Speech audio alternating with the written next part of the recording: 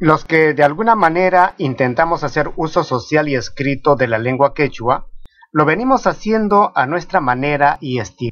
Esto es muy peligroso. De continuar así, ponemos en peligro el fortalecimiento y desarrollo de la escritura de la lengua que tanto venimos impulsando.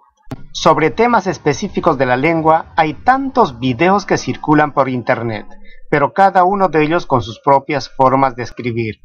Esto podría llevarnos a una torre de Babel, es decir, a la incomprensión, a la incomunicación y posteriormente a la atomización de la lengua. Para que no ocurra esto, es necesario que todas las personas dedicadas a la escritura de la lengua quechua cumplan con la normativa establecida para la redacción de esta lengua milenaria.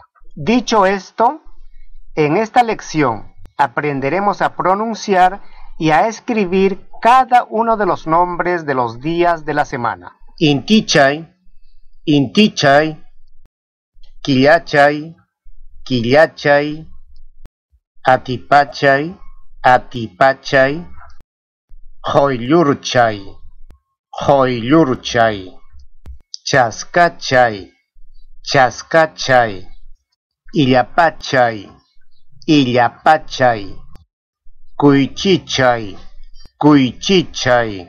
Antes de terminar con la lección, recordaremos cada uno de los nombres de los días de la semana. Intichay, ¿te acuerdas su equivalencia en el castellano? Quillachay, Atipachay, Joyllurchay, Chascachay, Illapachay, Cuychichay. Eso es todo, amigos. Espero que la lección les haya gustado y les sea de mucha utilidad. Será hasta el próximo video. Repasen sus lecciones, no se olviden que aprender el quechua es lo más fácil y lo más hermoso.